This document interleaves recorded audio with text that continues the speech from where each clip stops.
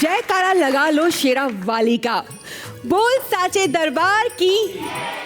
नवरात्रि के इस पावन पर्व पर माई के दरबार में मैं मधु शर्मा सभी दर्शकों का स्वागत करती हूँ। भारत त्योहारों का देश है। हर त्योहार का अपना अलग अलग महत्व और उसको मनाने का अलग अलग कारण है। ऐसे ही नवरात्रि का भी एक अलग महत्व है। नवरात्रि माँ दुर्गा की उपासना का त्योहार है। दुर्गा मतलब दुख को दूर करने वाली। नवरात्रि के 9 दिन में जो भी भक्त सच्ची श्रद्धा और भक्ति से माँ की उपासना करता है, माँ दुर्गा उसके दुख दूर करके संपत्ति प्रदान करती है। नवरात्रि के 9 दिन में माँ के 9 रूप की पूजा की जाती है। नवरात्रि का पहला दिन माता शैलपुत्री का होता है। तो आइए माँ की स्तुति करते हैं।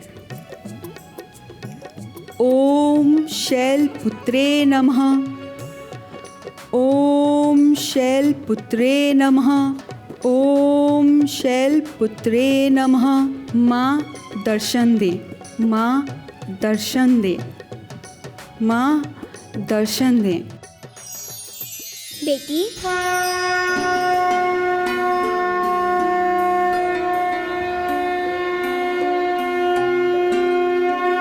माता, मुझे आशीर्वाद दीजिए। आपकी दर्शन पाके मैं धन्य हो गई। आयुष्मान भव। आज नवरात्रि का पहला दिन है। हिंदू धर्म में इस पर्व का बहुत महत्व है। माता शक्ति की उपासना का ये त्योहार साल में 4 बार आता है। पौष, चैत्र, आषाढ़ और अश्विन। चैत्र में आने वाली नवरात्रि को चैत्र नवरात्रि, आषाढ़ में आने वाली नवरात्रि को शारदीय नवरात्रि कहते हैं। इसके अलावा पौष और अश्विन में आने वाली नवरात्रि को गुप्त नवरात्रि कहा जाता है। गुप्त नवरात्रि में गुप्त रूप से माता की उपासना की जाती है। तभी नवरात्रि में पहले दिन माता के पहले रूप शैलपुत्री माता की पूजा की जाती है। कथाओं के अनुसार राजा दक्ष ने एक बड़ा यज्ञ करवाया था, जिसमें अपनी पुत्री दक्षाणी और शिव को छोड़कर सभी देवी देवताओं को आमंत्रित किया था। इस बात से आहत होकर वो अपने पिता के पास पहुंची तो उन्होंने माता दक्षाणी को अपशब्द कहे और शिव को भी अपमानित किया और इसी कारण माता सती योग अग्नि में भस्म हो गई। उसके बाद अगले जन्म में उन्होंने राजा हिमालय के घर में पार्वती के रूप में जन्म लिया। पर्वत की पुत्री होने के कारण उन्हें शैलपुत्री कहा जाता है। माँ के एक हाथ में कमल का फूल है और दूसरे हाथ में त्रिशूल। माँ की सवारी बैल है। माँ आपके एक हाथ में कमल का फूल और दूसरे हाथ में त्रिशूल, इसका क्या अर्थ है? कमल कोमलता और त्रिशूल सुरक्षा का प्रतीक है।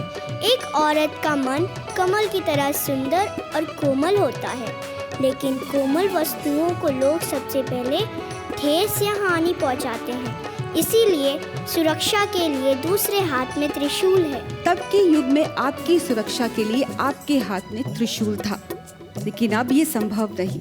तो इस युग में औरतें अपनी सुरक्षा के लिए क्या करें? आज की संसाधन जैसे योग, व्यायाम, खेल, औरतें व्यायाम करके अपने शरीर को हष्ट पुष्ट बना सकती हैं।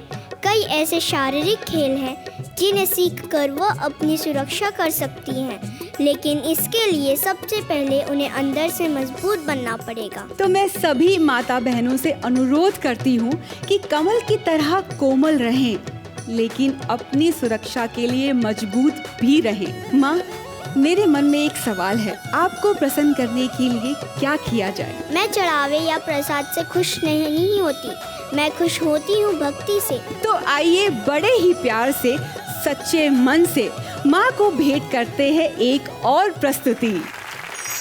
नवरात्र के पावन महीना आइल बहे हुए हैं और आज आप तमाम भोजपुरी श्रोता समाज खातिर हमनी के अपन चैनल, अपना घर के चैनल जे कि माई के प्यारा सा दरबार लगौले बा।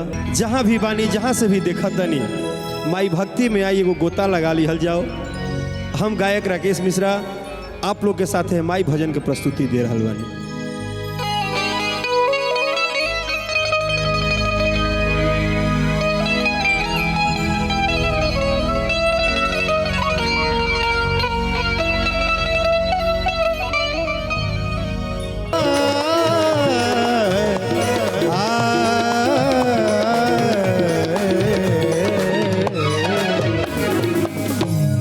साचे दरबार की। एक से बढ़कर एक प्रस्तुति के बाद मैं माँ से जानना चाहूंगी कि उनको हमारी भक्ति कैसी लगी। क्या वो प्रसन्न है हमारी भक्ति से? मैं तुम्हारी भक्ति से बहुत खुश हूँ। मैं तुम्हें एक वर देना चाहती हूँ। मांगो, क्या मांगती हो? आपका आशीर्वाद ही मेरे लिए वर है। मेरे भक्तों के साथ मेरा आशीर्वाद हमेशा रहता है। तुम वर मांगो। मुझे तो बस खुशी चाहिए। अगर खुशी चाहिए तो दूसरों को खुशी दो, क्योंकि प्रकृति का यही नियम है, जो दोगे वही मिलेगा और अधिक मात्रा में मिलेगा।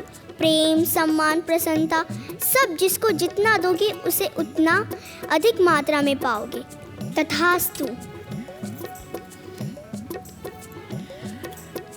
माँ का आशीर्वाद प्राप्त करके मन प्रसन्न हो गया।